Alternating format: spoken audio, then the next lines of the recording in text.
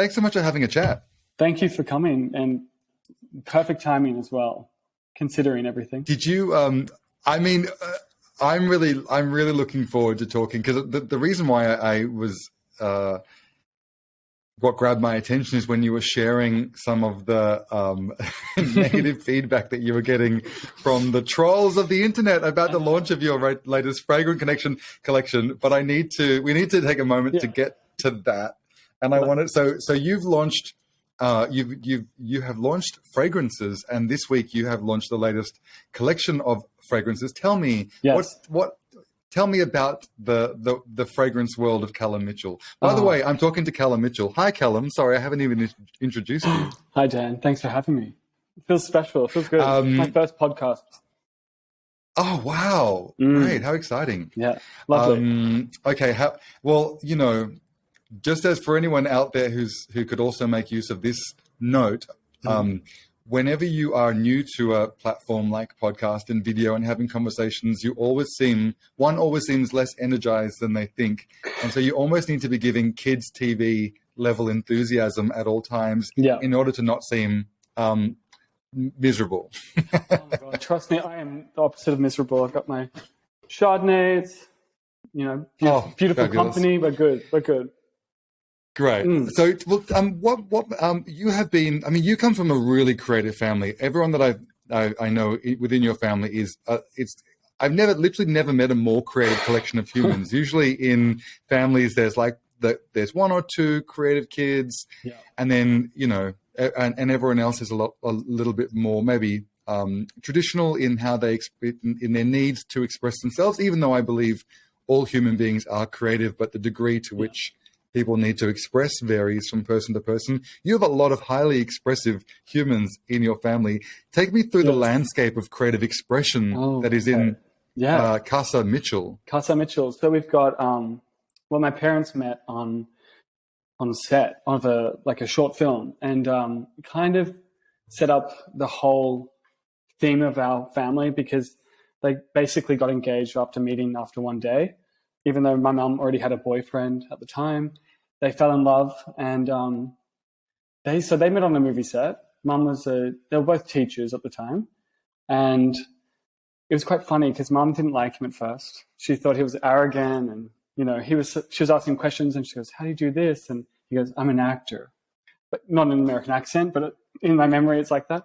But basically, they met on set on a movie, and then they fell in love. She told her boyfriend, "Hey, I'm sorry, I'm leaving you for this guy." They've known each other one day. They got engaged within 24 hours.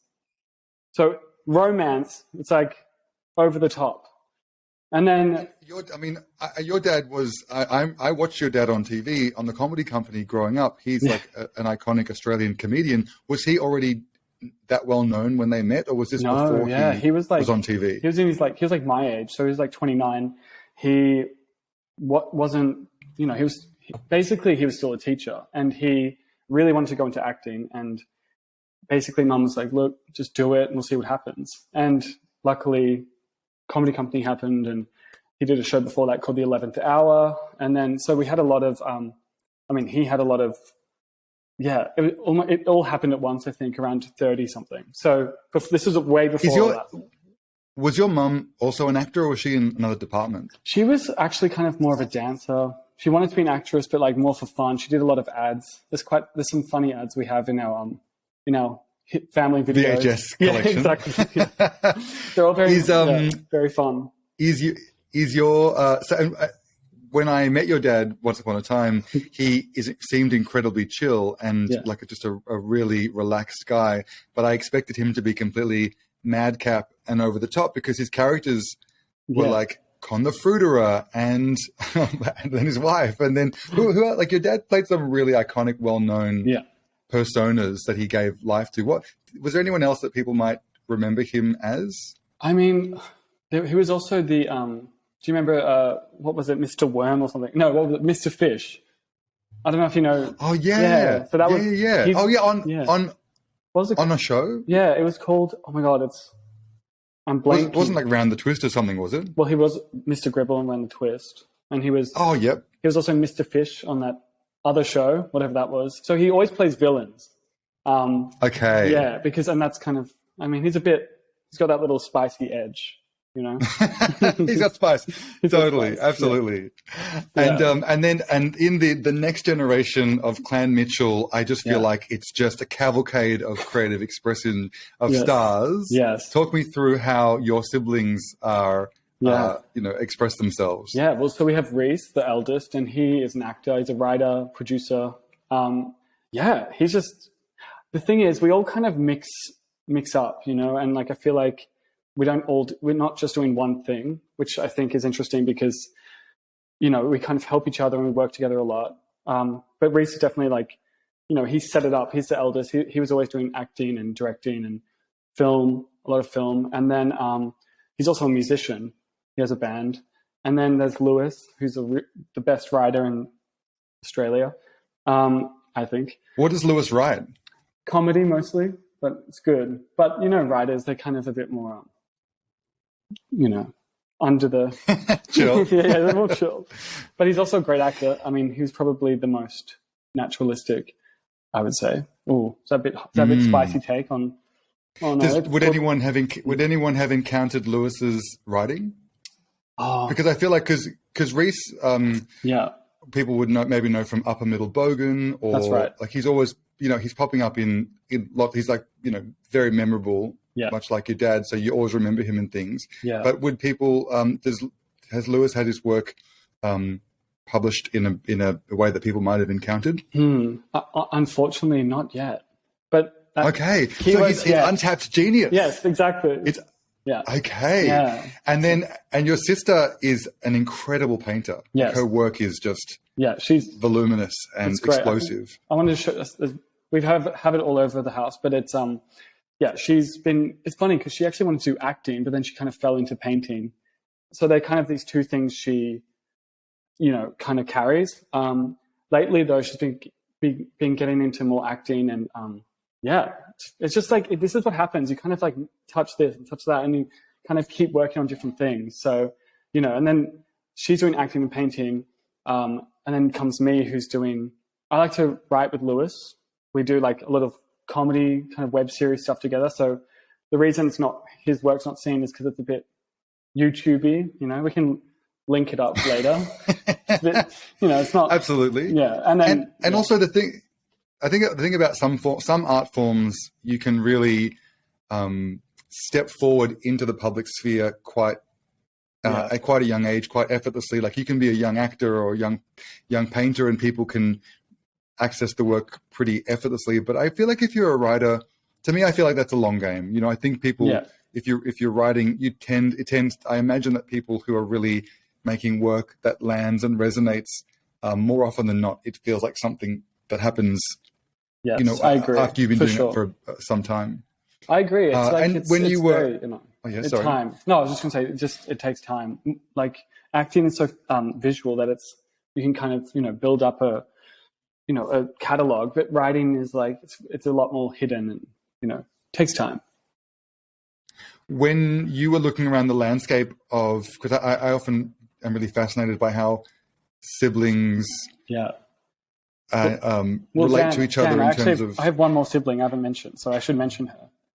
Oh, please. So there's Dana. So she's also probably the funniest person I know, but she's also a playwright, and she's a great musician. So we've got a mix there. So, you know, just want to... Wow, so there's five highly creative Mitchells in that generation. Yeah, it's like a hive. It's wonderful to think about how the fact that you've gone into fragrance. It was almost like, what's left for me to define myself? It's true. I know, it's true. And everything else. I've been doing a bit of acting lately, which is I'm not good at, but it's fun to do. You know, it pops up here and there. You might see me on YouTube. Do you have, I suppose one thing that I noticed that Reese does so well, because I've known Reese the longest, but that would have trickled down to everyone else's approach. It was always very, just give it a go. Just yes. And it was very, there was no barrier to entry, it seems. And I think one of the biggest advantages of being surrounded by what I call sort of believing mirrors. That's the term from The Artist's Way by Julia Cameron. But if you're surrounded by mirrors that say, yes, you can, you just automatically assume, yes, I can. And so if you have an idea for something, it's so easy if you don't have believing mirrors around you to second guess or suffer from imposter syndrome or believe that no one wants to know what you have to say. But if everyone is just saying, just roll the dice, give it a go, let's just see what happens, that creative experimentation can lead to things. Yes. Yeah, completely. I think, I think that it's been lucky for us that we all have that, creative, it's like that's who we are. And I think you can't really deny that once it's around you, you've been raised with it as well. I do think though, there is a bit of self-doubt, but I think everyone experiences that, Undeniably. I think that comes with the territory regardless, but the thing that the important thing is not that you've experienced doubt or not. The important thing is that you're just doing it anyway. Yeah, exactly. For sure. Which because takes I think a long you can time. also, yeah, absolutely. Yeah. And the tragedy of being surrounded by so many social media sensations, it gives everyone a really false impression that if you haven't been nationally famous by the time you're 25, 30, then what's the point? Yeah, exactly. But there are so many things that I imagine, having lived some life before you step up to the plate, to make work that really resonates. I mean, I think you should be experimenting and making work as early as you possibly can, so that by the time you have lived enough life that you're really ready to change how people think, then your ability to do the thing and the message that you want to instill can hopefully be elevated enough that you can really resonate on a human level in a more impactful way. Yeah, exactly. And people can sense when you're doing something you don't like. You know what I mean? Like that thing of authenticity. If you're doing something that speaks to you on that authentic level, you don't have to try very hard. When you came to work out what your was fragrance something that you came to thinking from a technical perspective, or were you enchanted by how the medium speaks to people? Yeah, well, I'm actually, I don't know if you know this about me, Dan, but I'm actually quite nerdy. I'm a secret nerd. And so I like how things work, you know what I mean? So for me, I was like, how does this work? Like, how do you have a leather fragrance? Like, what is leather? And I was thinking a lot about that. And I was also equally obsessed with creating my own scent, like for myself. I'm a Leo, so I have to it's all about myself. So for me, it was very much like, how do I do this? Let's look into this. Let's research. I would be on blogs. I would look up. I would just buy things like materials, and based on what people told me, and then suddenly it turned into a studio or whatever, and then eventually it became something bigger. But when I first started, it was just because I was obsessively trying to unpack how one makes a fragrance. Yeah. How long ago did you first make the inroads into investigating? It was 2019. I remember it clearly because I quit my job and I said, I want to be my own boss. And it was very much like it was actually kind of, the timing was quite good because 2019 I was, researching a lot, and then 2020 happened, the lockdown. That's all I could think about. So all I did was just make perfume. It was a good side of the situation. Yeah, perfect. That's great timing because most people had to find a way to be self-sustained anyway. So it's nice that you had your own incubator to experiment in. Yeah.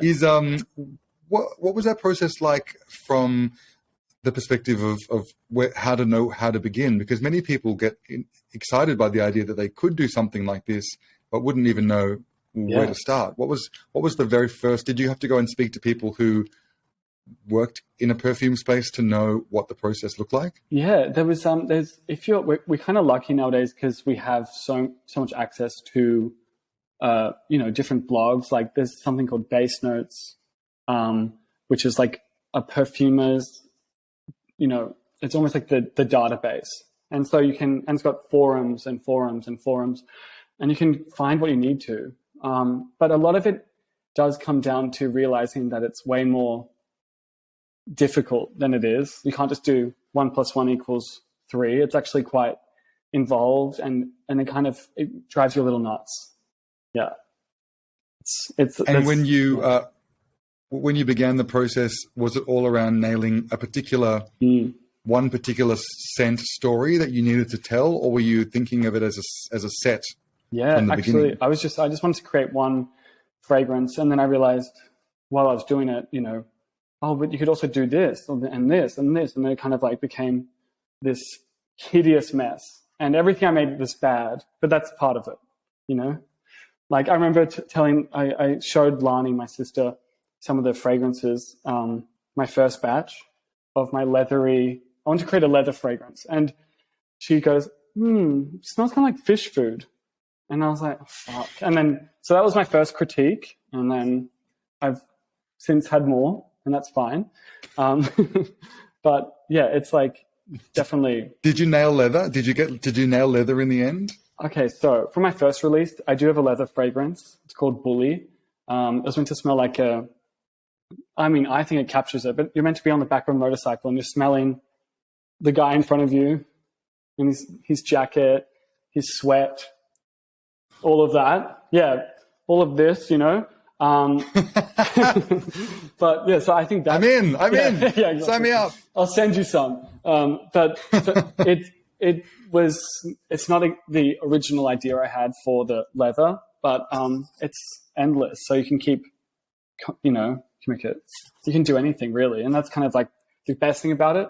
I did once when I was in LA, I did a sandalwood class, and that was really fun because I think there's a bit more of a niche perfume culture there. And the lady, it's like a child, the perfumer who was teaching us this sandalwood course, she said, the one thing you have to realize is it's actually endless. So there's endless possibilities of what you can create, and that's kind of daunting at first. So you just have to kind of like dive in and just swim and keep going, So there's endless leather to be made. You touched on it when you mentioned the name of the leather fragrance, Bully. I love the way that a name offers a frame through which to experience something. It drives me crazy when an artist will leave work untitled, because I not only want the name, but I want the descriptor as to what, because that's my way in. It's hard for me just to sometimes sit back and try to know how to enter a piece of work, whether it be a painting or a fragrance or whatever it happens to be. I'm glad you actually say that. Yeah, because for me that was really important to do that, to kind of zoom in on a character, an archetype, or a place, and instead of saying this is a patchouli fragrance or this is a rose fragrance, I'm telling the person like this is where we're going, So it was very conceptually what I wanted to do with the titles of the fragrances. It's also great because people bring those words have resonance and history and baggage. So people bring that baggage to the experience of hearing a word, which how fabulous to load up the experience of a fragrance with a term like Bully. Yeah. Exactly. What else what are your other titles? What else did you use? So for one of my, so I'm in the first release, I was very strict about, it was the first 5. So I wanted it to be big, heavy hitters, different stories. So among those, there was my vintage floral fragrance, which is called Nightstand. And I wanted it to be like something that from the old Hollywood 50s, she's wearing the silk gown, she's doing her moisturizer, and she's sitting by the bed. I wanted it to be like that bedroom boudoir sort of scent, but also equally modern, because that's kind of like the two worlds I like, like that sort of throwback, nostalgic, but then also really modern and minimal. So that was Nightstand. And then alongside that, I had Whiskey, which was all about, whiskey. It's about like, whiskey breath and cigarette smoke and all these things. And then Last Word was another one in that one. And that was this sort of zingy conversation. I pictured this woman in like, you know, slick back hair with a green suit on, very like bold and always has the last word and throwing her drink around, you know, and just pointing at people.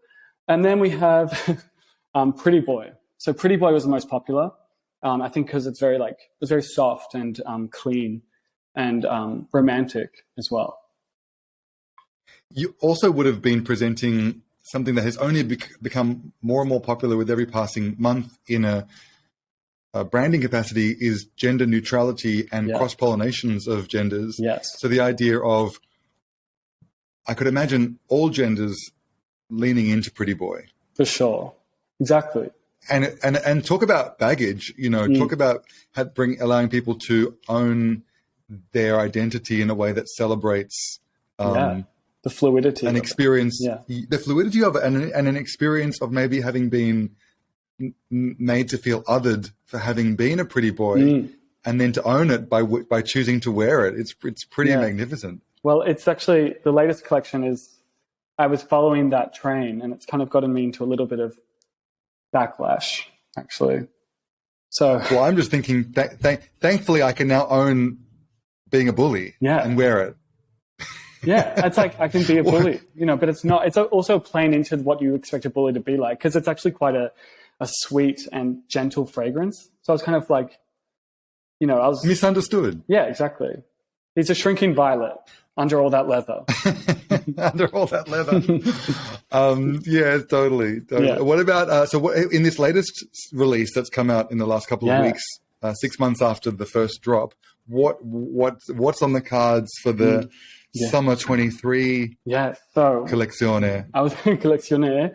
I was very much inspired by like pool party, you know, and like summer as this sort of flirtatious season, people kind of being a bit taken by the heat. And so one of my first fragrances was called Love Bomb.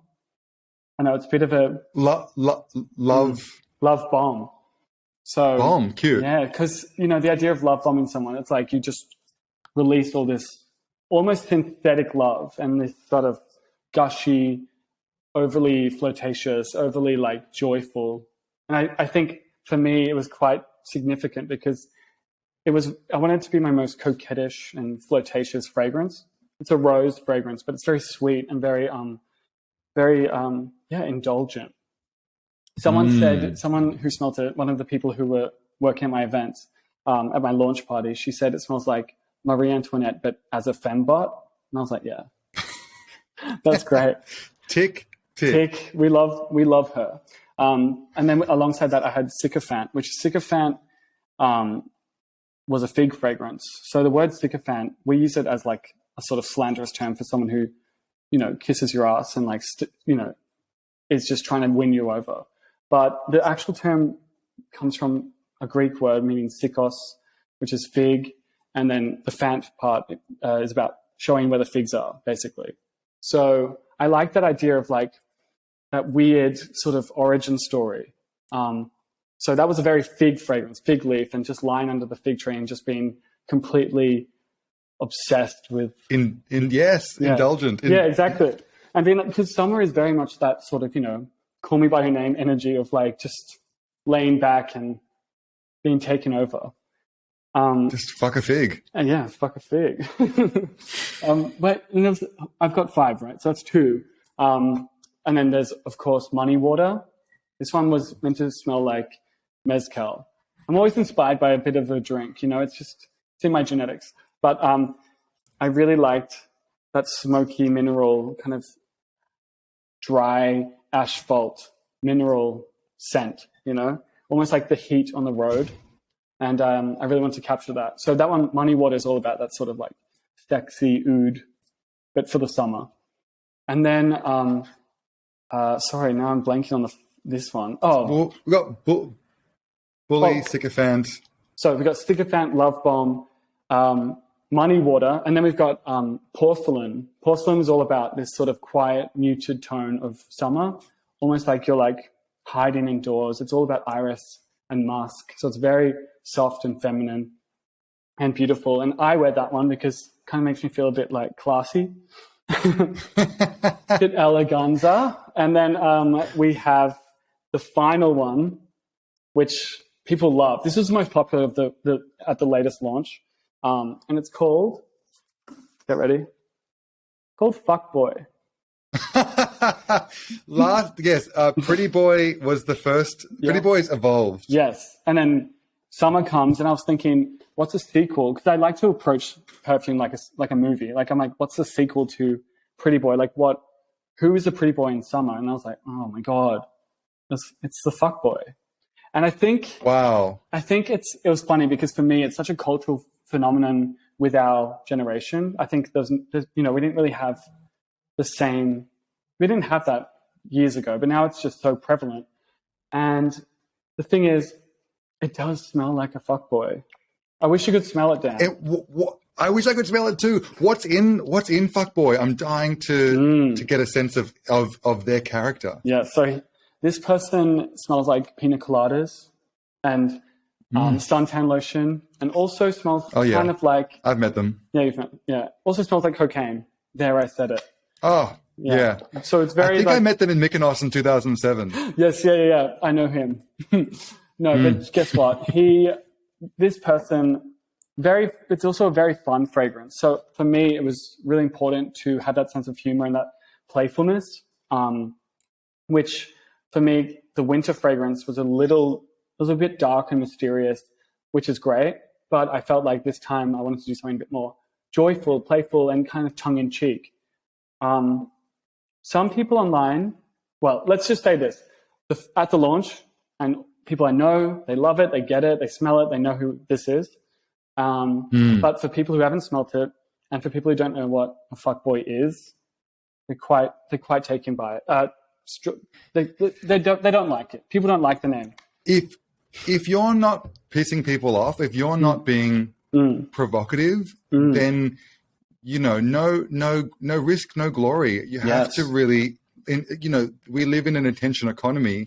That's true. People, I would much rather offend some but get the attention of others than appease most and kind of fly under the radar. Yeah. And the idea that people would, I also feel like, you know what, I'll be really offensive to anyone that doesn't live in Melbourne by saying this, but, I grew up, Melbourne's given me my perspective, and even though I've lived in Sydney for 10 years, it is a sophisticated cultural capital of the Southern Hemisphere.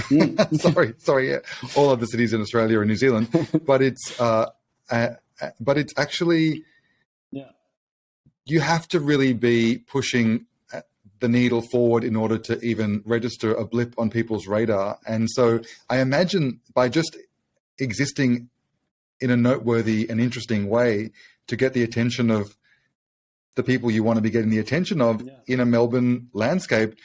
Yeah. By the time you think about people who are living in regional parts of Australia, where they're probably 5 to 10 years behind in terms of what they're wanting and desiring, it's like, who do you really want to appeal to? Yeah, totally. And it doesn't, and you're not at an airport, you're not at David Jones. Like, you don't have to worry about having having mass appeal. You're making fragrances in small batch for a niche audience. Yes. So you have to throw down and be provocative and be next gen. You can't be doing the thing that is going to appeal to the masses. Exactly. And I think, thank you, firstly. But also, I didn't realize it'd be offensive or provocative, to be honest. I think because I don't know, I'm quite a playful person. I'm quite lighthearted as well. So when I did that, when I made that decision, I wasn't even thinking this will push some buttons, I think. So that's why when I got the backlash, I was a little shocked. But also I was like, okay, maybe it doesn't translate culturally. Maybe some people don't know what that means, and they're just reading the two words, like fuck, boy. And I'm like, okay, I can understand why that wouldn't make sense to some people. But if you are in, I guess, Melbourne, LA, New York, London, Sydney, you will know what, you will know. Yeah. And as well, I'm painting with a broad stroke by saying these people only exist in Melbourne, but they exist en masse in Melbourne. They exist in every they exist all over the world, everywhere in lots of different neighborhoods. Yeah. But but people who would appreciate that framing exist everywhere, but they're not. This is the thing as well, which I think gives people a very, and I'm looking forward to actually discussing the sheer dragging, the trolling that you've received when doing the most recent launch. Yeah. But I will say the reason why I think the response has been so huge and so hectic is because those for whom it makes sense don't feel compelled to do anything about it, because the right audience that is receiving it is just kind of impressed, but not impressed enough necessarily to take to the internet to say it in a big way, because for them it's just like, oh, that's cool. No, I want to smell that. I want to buy that. That's great. Totally. But the people who are who are so incensed because it's making them feel all kinds of ways, all those delicious kinds of ways that I can't wait to unpack. Those are that way in which you've made them feel in that moment is the reason why they want to let you know about it on the blog. Yeah, exactly. And so, can you give me an indication of some of the, well, you mentioned backlash, but some of the response that has taken you by surprise when you did the launch most recently? Yeah. So honestly, I was surprised in general of just, actually, no, I wasn't surprised by my support. I've been so supported by my friends, my peers, people who are in the city, like who come to the pop-ups and the launch. I've always been supported. So it's kind of padded me a little. So when I received this backlash, it didn't really affect me that much, but I found it so intriguing. Would you like me to read them now? I would love to get a sense of who's out there and who's feeling compelled to respond. So we're some of these mean tweets, so to speak, have they come from blogs or people like anonymous people just like writing on set the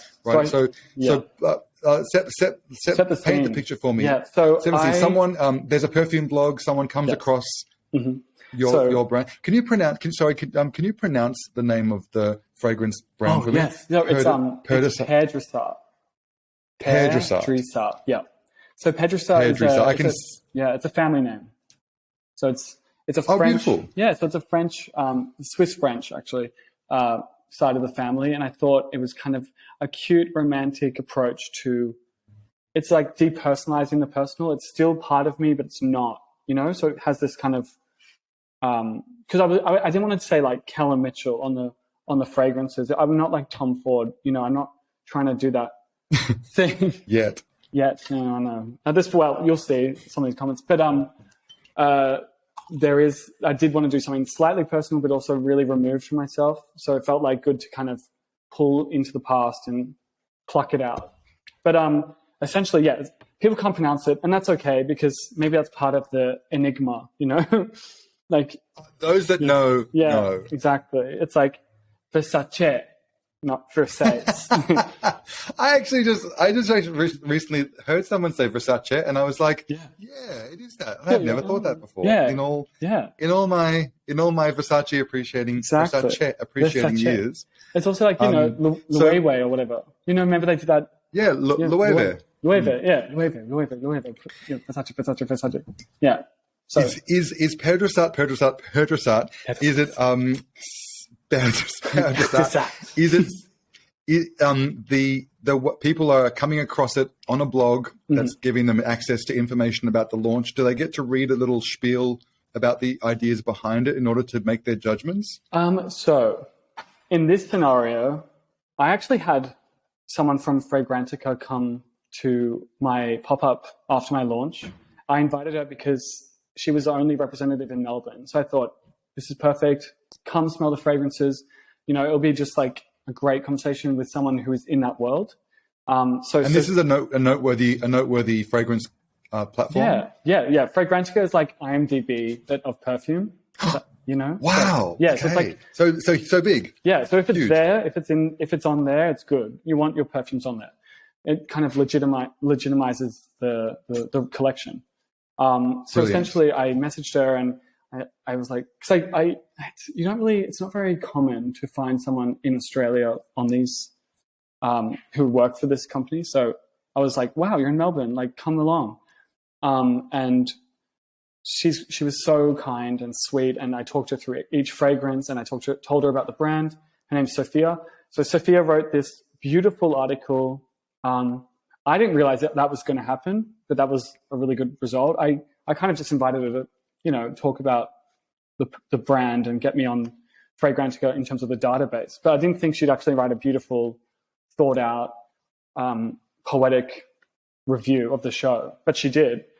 And yeah. And when you say show, what was the show? Was the show you talking about it, or was there something for people to So it was with? just it was at the Above, which is a exhibition space in Fitzroy, and it was just all the perfumes, set up for people to come, experience the collection. Because you have to smell them in real life. You can read descriptions, but after all, a perfume you have to interact with.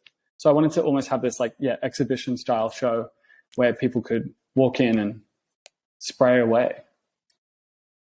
And so Sophia's write-up of the show goes live on the internationally read fragrance blog or platform. Correct. That's correct. And then you started to observe the response. Yeah. So it was very funny. It was a good morning. I was just in the sun, drinking coffee, sunbaking, very in my Leo element. And then I went on Fragrantica, as one does, and I was like, what the fuck? Because I saw this picture of me wearing these, by the way.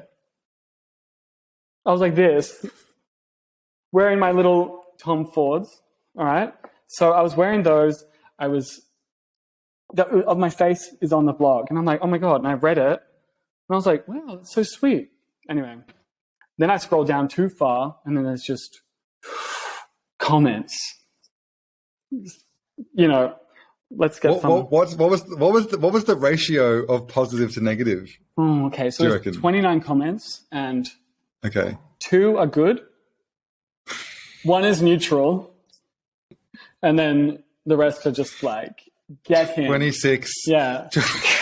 Drag him. 26 nails in your coffin. All right, give me a taste of what the Fragrantica community has to project onto you. So one person said, okay, so at the time I was wearing my big sunglasses, as seen, and just a nice, simple blazer with nothing underneath. It was a hot day.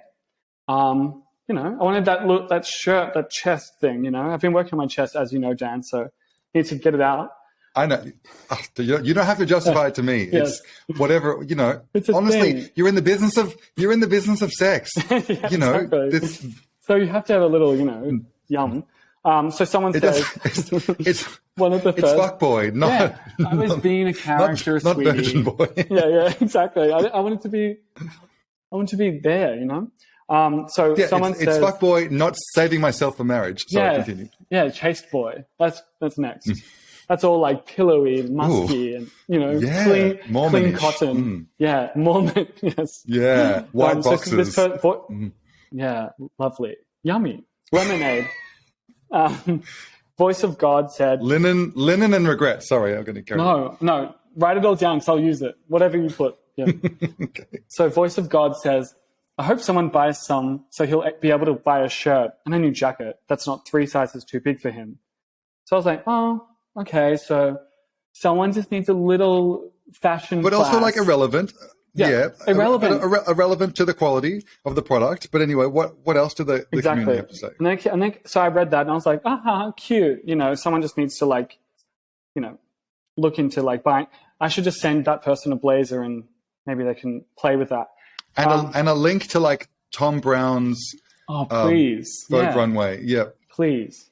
Anyway, and then continue. it goes, and then an hour later, this person says, so Gold Iris says, he looks like how I imagine the perfect fragrance snob to look like. I'm not hating, just stating the obvious, especially with those huge pretentious glasses. Lol. And I'm like, you know what? They are Where's pretentious. their appreciation exactly. Where's your appreciation for theater, guys? That's exactly what I'm coming from a perspective of showmanship and being more is more, and alas, they didn't like it. Also, I've been watching a lot of Real Housewives, and I was going through my Lisa Rinna phase, so it's big and gold, You sent me some of these joys, so I've just got someone saying one comment by Frag7700 says meh, and Glyph says, I'm sick of this tacky trend of naming fragrances with blatantly offensive names. I will no longer bother sampling fragrances that do this. I've had enough. Time to try another, more mature marketing technique, perfumers. Exactly. Glyph has had enough. He did, or they did. And you know what? Sure. That I didn't know it was blatantly offensive. Look, this is great. Someone says, I agree with what everyone is saying about the names, but damn it if I'm not dying to try fuckboy in spite of myself. I'm a sucker for pina colada. It's a shame they're not available worldwide yet. See, that's exactly it. I am dying to know what fuckboy smells like. Maybe because I want to know if you're doing it justice. I hope so. You're gonna find dying out. to know. So that was one of the neutral ones. So I mean, I don't really understand. But because I don't know where to start, but like I didn't know it was offensive. One, I think maybe they think fuckboy means French boy or something. Yeah, maybe, or like, you know, I was thinking, do they think it's like inappropriate to like? Do they think it has like child sex connotations? I don't know. Like, are they like? It's not a directive, guys. No, yeah. It's like I'm not. Yeah, it's not a. You know. Hopefully. What else? Someone else, Mute, says, another niche brand trying to make dollars off tacky names and zero effort and boring bottle designs. Even the advert is just lazy, uneven shot of an empty room taken on a smartphone and MS Paint text slapped over the top. I mean, that sounds pretty meta and pretty fabulous to me. Yes, thank you. But also... I feel like, baby, I went to VCA. I'm very self-aware. You know, like... And you know what's fabulous is, what do you want? Like, do you want earnestness? Do you know? I often think, okay, if this is not okay to you, if there's something offensive about the way in which the branding is created, and it's probably because they can't smell it, so they have to comment on what they can ultimately have access to. But it just amazes me that you could be stuck in your backwater somewhere and you could be projecting hate onto someone who's doing a thing, because to me it feels like, you know, you're not making fragrance. Mute. And if you did, probably, I mean, unless they're all just Tom Ford's various guises and he's just you know. Well, do you know what, this actually is a good segue, because Hedward said, more like a Lalabo post-internet Tom Ford imitation trying to disguise as Dusita, hidden under a cowardly mask of irony. I definitely try these fragrances, but this branding is the opposite of groundbreaking. I mean, I'm like, I kind of liked being called Lalabo post-internet Tom Ford. I'm like, that's kind of cute. Yeah. I mean, to be post-internet is kind of fabulous. But what is the talk me through the branding, because to me, I feel like it's beautiful, it's simple, it's you know, there's a simplicity and a positive reductiveness to it. What was it that you were looking to achieve with the way in which you packaged it all? It's completely just what I like. You know, I really, really don't like too much. I really don't. And I feel like that was me trying to be as true to myself as possible. Like, what do I want on my mantelpiece? What do I want here? Like, as you can see, the first choice I made, let me take this off. The first choice I made was I didn't want a label, because labels get a bit gross. You know, over time they kind of get yes, I know what you mean. Yes. They kind of be spraying. As in, like, if you slap a plastic label on a glass bottle, it ends up showing wear after a while. Yeah, and like paper as well, like those soft paper, they look beautiful when you first print them, but then after a while they start to curl and go fuzzy. So I wanted something very clean and clean cut and modern. And so I did this kind of like screen printing, effect. And I wanted the bottle to be kind of something you have to spin. I wanted it to have that physical touch. So we got Love that. Fuckboy there. And for me, I just love clean. you know. I don't need to do. That's gorgeous. Yeah, I don't need to distract someone with, ornate designs. But also, the bottle didn't call for it because I think the bottle's just beautiful as is, just big and heavy. And how? Let's talk about. I wish I could have something to sense just how the design was like. But talk to me about that really practical. I didn't even ask you, which is kind of essential to the process. I'm sure people are saying, how does he make the fragrances? Yeah. Let's just talk about the fragrance themselves. Do you go and find essences of leather's a great one because leather's an abstract concept to creating a scent. Yeah. Do you just go and find essences from some source in Australia that allows you to gather ingredients that you then experiment with quantities to nail the desired effect? Is that how it works? Yeah, pretty much. I think there's a bit of misunderstanding as well with perfume. People think aroma chemicals are bad, but it's so interesting. We live in this really great time where sometimes you have to go with something synthetic. It's better for the environment. It's renewable. It doesn't, for something like sandalwood, you would find there's been a huge, back in the day, sandalwood was like bang, bang, bang, bang, bang. But now it's like, it's in reservations. You need to be like, make sure they're like sustainably sourced. And the cost is just insane. And so these companies have built these molecules that recreate the scent of sandalwood. So when you're at a store, Mecca even, if you're smelling a sandalwood fragrance, I've got to break it to you, it's not real sandalwood. It's just not. And so people have to first realize that when I say I use naturals and aroma chemicals, it's not scary. So that's the first thing. And there are some, scary synthetics, but most of the time they're banned for perfume use. So there's a big company called IFRA who are in charge of saying, you can't use this, you can't use this, you can only use this much of that, because everything's in percentage. So yeah, you do start with maybe a molecule or a natural, and you kind of build around that. But every fragrance is at least, I'm just generalizing, but you don't really have a fragrance that's 2 things or 3 things. It's pretty much like 20 different things working together. You can go more minimal with it, but you do end up just adding a little touch here and there of different things. And when, when someone writes a book and they self-publish, is it the similar kind of process in the perfume space where you come up with a formula and then you're literally, are you mixing every fuckboy yourself, or is someone doing it for you? No, this is the different thing. I do everything myself. It's all by hand. So I've got this like sort of big scale, 1 liter what is it called when you put a glass beaker? I need more of this. No, but I need. So basically, everything's done by hand by me, which is great. It actually kind of is what I want to do with the whole thing. I kind of like the idea of me putting myself and my work and my time into it. Touching every fuckboy. Fucking yeah. Fuck yeah.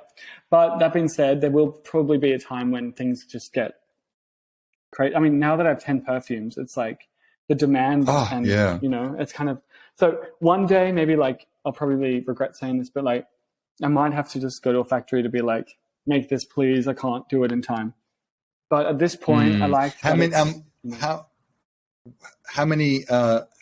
do you make of each of the 10? Yeah, so I basically make like, you're gonna like roll your eyes because it's not much at all. It's like 2 liters of 1 liter of concentrate. So that will make about 5 liters of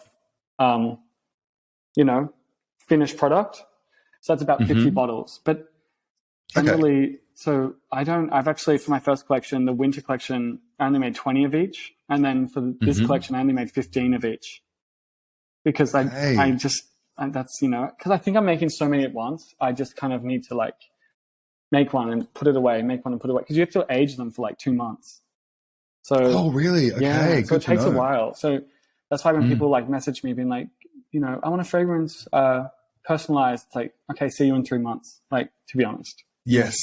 Okay, that makes sense. Yeah. And if you were to, if someone wants to come and experience them, how do they, where can people smell the range? Well, this is my biggest issue. So essentially, nowhere. It's very enigmatic. I was doing pop-ups here and there since I first launched. Yes. And that was great, and getting people, to come by. However, this is my next thing. I need to make a sample pack so people can just, it's just originally like wasn't my focus, but now it's kind of like the thing that people keep asking for, and I've got to give people what they want. Does that mean that you would give someone could like little sprayers? Yes. Yeah. Okay. Because each bottle's 100 ml. That could be. Yes, so that could be like you could charge for a little sample pack that people could just come and get all 10 and then exactly. And then wear each one out in the town, lean into their fuckboy, lean into their pretty boy. Yeah. And then that would make a really cute way for people to, because I know that because Jace, my boyfriend, he bought some jewelry, and the jewelry designer also makes perfume, so they gave him some samples, and he's literally been addicted to their fragrance ever since, and has discovered it. But that's cool. Because of having given him a couple, he lent in and tried like a few days with each, and would be like, "What do you think of this?" And it was a real game to play. It's really fun. Because it's not just about the day that you might encounter something in a store. You really need to live with it in a few different scenarios to work out. Who this person is. What are you going to take? Yeah. Yes. What are you taking on a date? What are you taking to the club? Yeah. What are you taking to lunch? Exactly. Who are you taking to lunch? Who are you going out with? It's that they are people. They feel like people to me, or characters. So I think, it's really good for people to try them on. Also, it helps to, because I only do one size, 100 ml. It's a commitment. So you want to be able to know, this is something I want to stick to. So how much do they retail for 100 mil? 100 mil, $330. So it's beautiful. It's not cheap. It's not cheap, but getting a bespoke artisanal anything should be a higher price point than literally the Chemist Warehouse equivalent. Totally.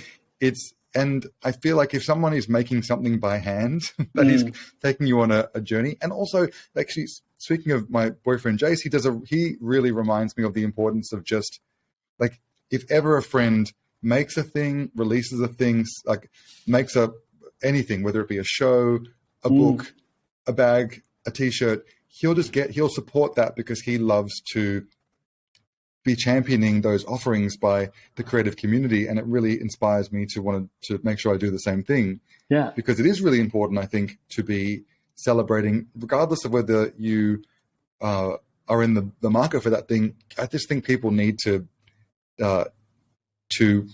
make more of the thing happen by supporting it, by buying it, and letting everyone else know about it. Like, hey, my friend Callum made this fragrance. What do you think of it? Is there when you think about?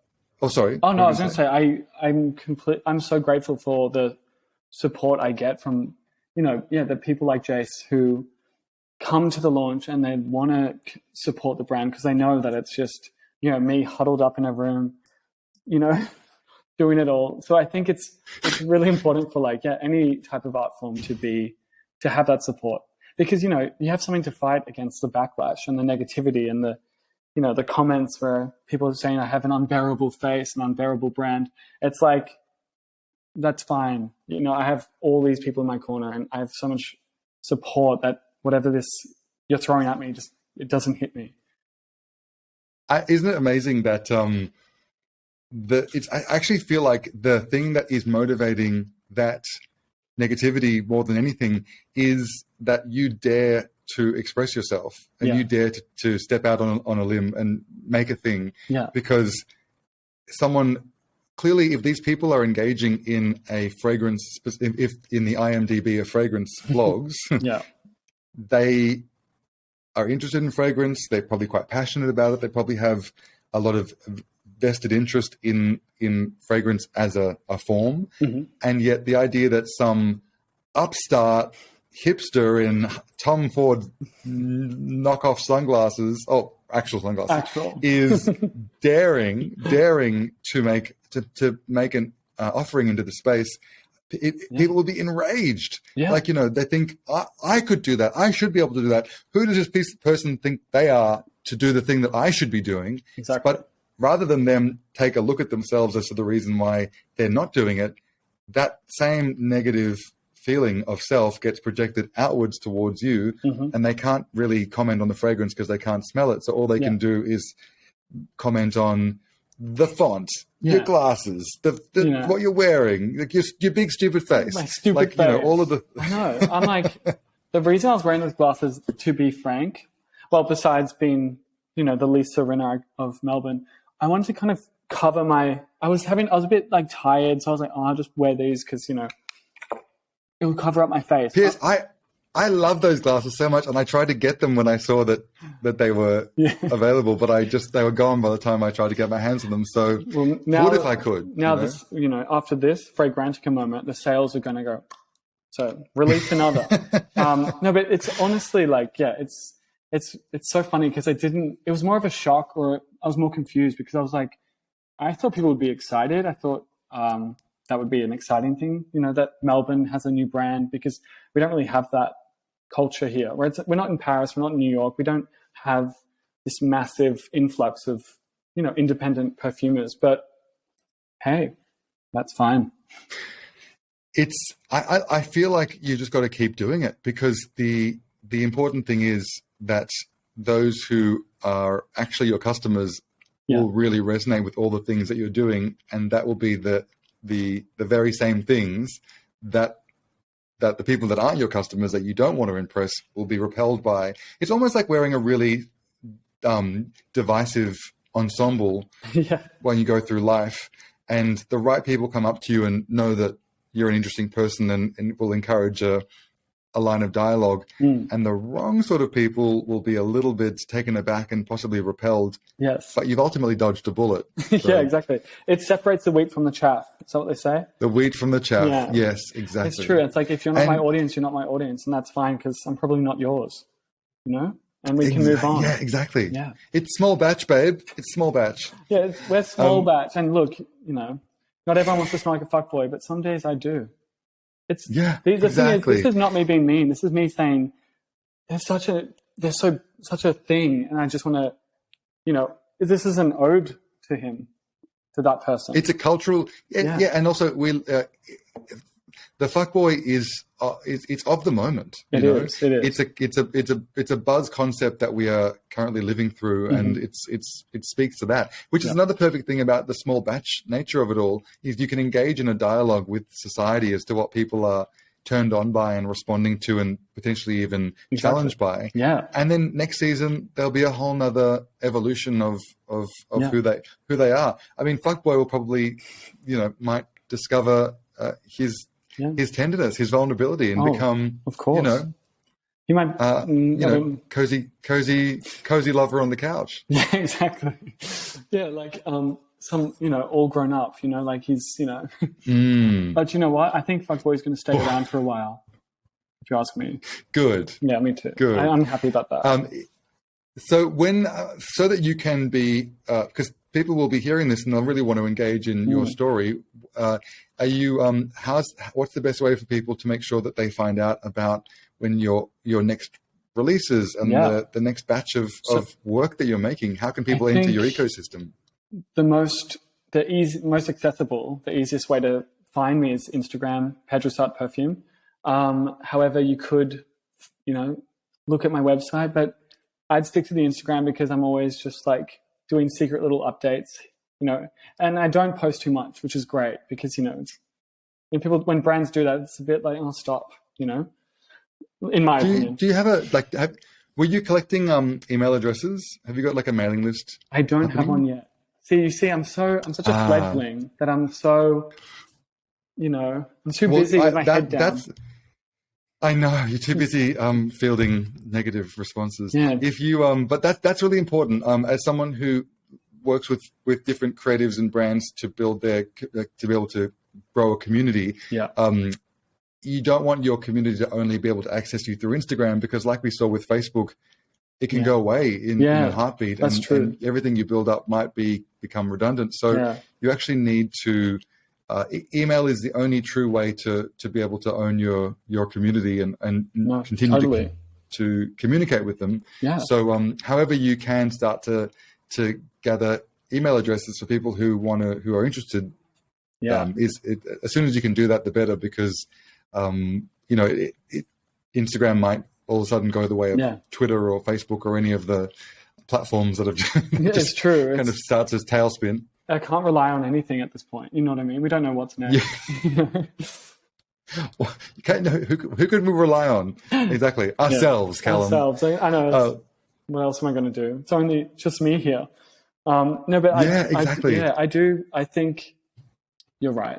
Mailing list is great because also like it's a bit more private as well with some people, and emails. And also clearly, you're really adept at creating an experience graphically that supports the, sensory experience. So how fabulous that you can continue to engage with your audience in ways that is in the written word, in the graphic sense. And, unlike all of the mountain of emails that we get for things that we don't care about, a beautiful artisanal statement around great work would be a delight to engage with in a monthly email, for example. It's true. That's and that's where I love telling stories, and that's where that's where it all comes from. So it's perfect. Well, I've loved chatting to you so much, and I'm so impressed by just the fact that you've just gone and done a thing that so many people dream of. Everyone dreams of something as epic as launching their own fragrance, and so few people do. So that by itself is worth celebrating, let alone the fact that it's beautiful and so exquisitely crafted. Thank you so much. I really appreciate being able to come online and feel the positive vibes. Now I'm balanced. It's been great. Amazing. Well, I'm going to include links so that anyone who's listening to this can look in the show notes and connect to your Instagram page. And yes, and if you manage to let's talk offline so that we can get you a mailing list that people can start to sign up to, because people will want to know as these things come out every 6 months or so. Because I need to come to Sydney. I need to do a Sydney pop up. Absolutely, you should. Yeah, that'd be fun. Love it. All right, thanks, Callum. Beautiful. Well, thank you so much, Dan. Chat to you soon. Yeah, this is beautiful. Thank you. My pleasure. Bye.